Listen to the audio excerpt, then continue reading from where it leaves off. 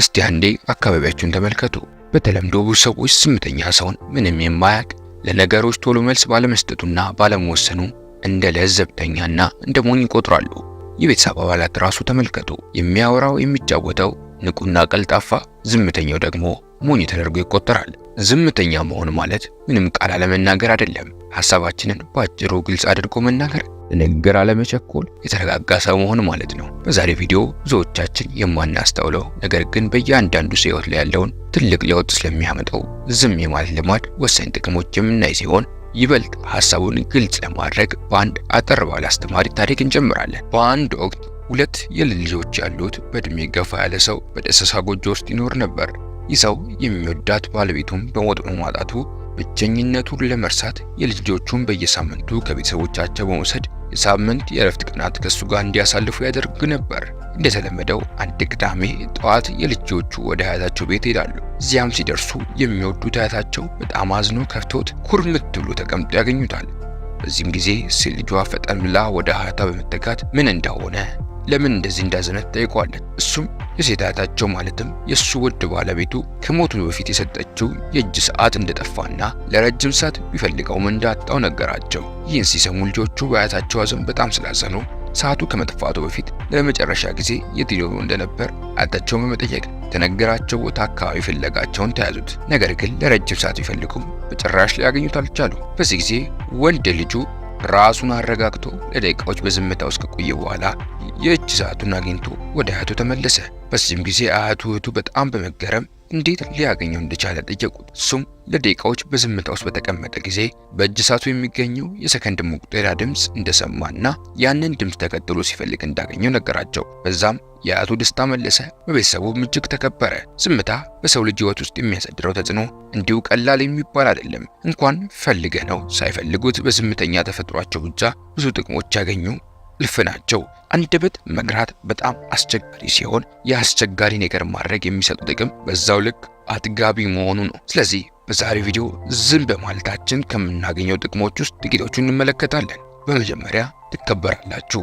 ክብር ማለት ከወንበር መነሳት፣ ጭብጨባ፣ ጩኸት ወይንም ደግሞ ስም ገኖ መታየት አይደለም። ክብር ማለት የተነገረው ነገር ፍሬ ሲውል ያወራነው ነገር አድማጭ ሲኖረው ማለት ነው። በጣም ከሚያስገርሙኝና ለረጅም ጊዜ ግራ ያጋቡኝ ከነበሩ አሁን ግን በጊዜ ሂደት ከተመለሱልኝ ነገሮች መካከል አንዱ ዝም ስለሚሉ ሰዎች ነው። ዝም የሚሉ ሰዎች ያለምንም ቅድመ ሁኔታ የሚከበሩት ነገር እጅግ ያስደንቀኛል። እውነት ነው። ክብር የምታገኙበት ምንም ነገር በእጃችሁ ከሌለ ከሰዎች ጋር በምትሰበሰቡበት ጊዜ ዝምታን ምረጡ።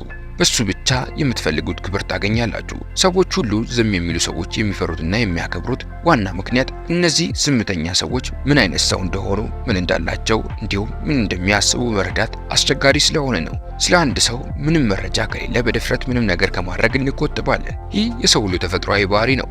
ሌላው በዝምታችን ምክንያት ትኩረታችሁን ሰብስባችሁ የመፍትሄ ሐሳብ የምታመጡ ከሆነ የትኛውም ሰው ላያከብራችሁ አይችልም። በተፈጥሯችን ንግግሩ አሳማኝና ለውጥ ለሚፈጠር ሰው አክብሮት ስላለን እናንተም ይህ ባህሪ ካዳበራችሁ በሰው ዘንድ የምትከበሩና የምትፈሩ ትሆናላችሁ። ሁለተኛው ንግግራችሁ ይደመጣል። ብዙ ጊዜ በመናገር የተሰማውን ሐሳብ በመግለጽ የሚታወቁ ሰው ይልቅ ዝምተኛ ሰው ሲናገር ንግግሩ ይደመጣል። ምክንያቱም ያ ተናጋሪ ሰው ከዚህ በፊት ከተናገረው ሐሳብ የተለየ ነገር ይናገራል ተብሎ ስለሚታሰብ ነው። ብዙ ጊዜ ዝም የሚል ሰው ንግግሩ ሐሳቡ ተሰምቶ ስለማያውቅ ሁሉ ሰው በጉጉት ሊያዳምጠው ይፈልጋል። ሌላው ዝምተኛ ሰው ንግግሩ የሚደመጥበት ምክንያት ዝምታው በሚሰጠው ማስተዋልና ትኩረት የበሰለ ቁም ነገር ያለው ሐሳብ ስለሚያፈልግ ነው። ከዚህ በፊት የተለያዩ የመፍትሄ ሐሳቦች ሲያቀርቡ ያያችሁትን ሰው ሌላ ጊዜ ለምክር ወደሱ እንደምትሄዱ ግልጽ ነው። በተጨማሪም ብዙ ጊዜ ዝም የሚሉ ሰዎች ቃላቸው ጥቂትና ግልጽ ስለሆነ ንግግራቸው ቶሎ አይሰለችም። ስለዚህ ዝምተኛ ሰው መሆን በብዙ ዘንድ የሚጓጓለትና ተናፋቂ የሆነ ነገር ነው። ሶስተኛው ደግሞ የመፍትሄ ሰው ያደርጋል። አንድ ሰው ሐሳቡን ከሰበሰበ ትኩረት ማድረግ ከቻለ አስቸጋሪና ውስብስብ ተግባራት ማከናወን ይችላል። አንድ ነገር እንድናስተውል እፈልጋለሁ።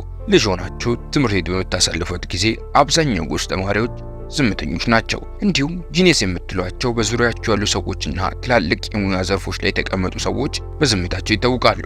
ምክንያቱም እነዚህ ተማሪዎች እንዲሁም ሊቅ የሚሏቸው ሰዎች አዋቂነታቸውና ማስተዋላቸውን ያገኙት ከዝምታቸው ውስጥ ነው። በዝምታ ውስጥ ጊዜ መውሰድ ትኩረት የማድረግ ችሎታችን ሲጨምር ይህ ደግሞ ሌሎች ያላዩትን መፍትሄ መንገድ እንድናስተውል ብሎም ረቂቅ የሆኑ ነገሮች እንድንሰራ ያደርጋል። አራተኛውና የመጨረሻው ደግሞ ሐሳብን የመሰብሰብና ትኩረት የማድረግ ችሎታን ይጨምራል ነው። በጥናት ሰዓት ወይንም በስራ ቦታ፣ በንባብ ሰዓት ወይንም በጸሎት ጊዜ አሊያም ከሰዎች ጋር ስንሆን ሐሳባችን እየተበታተነ የምንቸገር ጥቂቶች አይደለንም። አብዛኛው ሰው ለምን ተግባርን በተገቢ ሰዓት አላከናወንክም ተብሎ ሲጠየቅ ከሚመልሰው መልስ ቀዳሚው ትኩረት ማድረግ ከብዶኝ 10 ስራዬን እያቋረጥኩ ነበር የሚል መልስ ነው። አንድ ሰው ሐሳቡን ሰብስቦ ትኩረት ማድረግ ከቻለ የትኛውም ሐሳብ፣ የትኛውም ተግባር በትክክለኛ ጊዜ ማከናወን ይችላል። እና እንዴት ነው ትኩረት የማድረግ ችሎታ የሚዳብረው ካላችሁን ደግሞ መልሱ በዝምታ ውስጥ በማሰላሰል ነው። ለመናገር የማይቸኩሉ እንዲሁም ረጅሙን ሰዓት ዝም የሚሉ ሰው የተረጋጋና በብዙ ንግግር ያልዛለ አእምሮ ስለሚኖረው ሐሳቡን መሰብሰብና ትኩረት ማድረግ ይችላል። ተወዳጆች፣ በዛሬው ቪዲዮ ዝምተኛ መሆን ስለሚሰጠው ወሳኝ ጥቅሞች ያየን ሲሆን እጅግ በጣም እንደተጠቀማችሁበት ተስፋ አድርጋለሁ። የዝምታን ጥቅም አውቀናል። ምን ያደርጋል? እንዴት ዝምተኛ መሆን እንደምንችል አናውቅም። ስለዚህ ይህ ቪዲዮ ይሰራልን የምትሉ ከሆነ ኮሜንት ስር ላይ አሳውቁን። በተረፈ የኔ የመሰሉ ሌሎች ጠቃሚ ቪዲዮዎችን ለማግኘት ወደ ቻናላችን ጎራ ይበሉ። ላይክ ማድረግ፣ ሰብስክራይብ ማድረግ አይርሱ። ሰላማችሁ ይብዛ።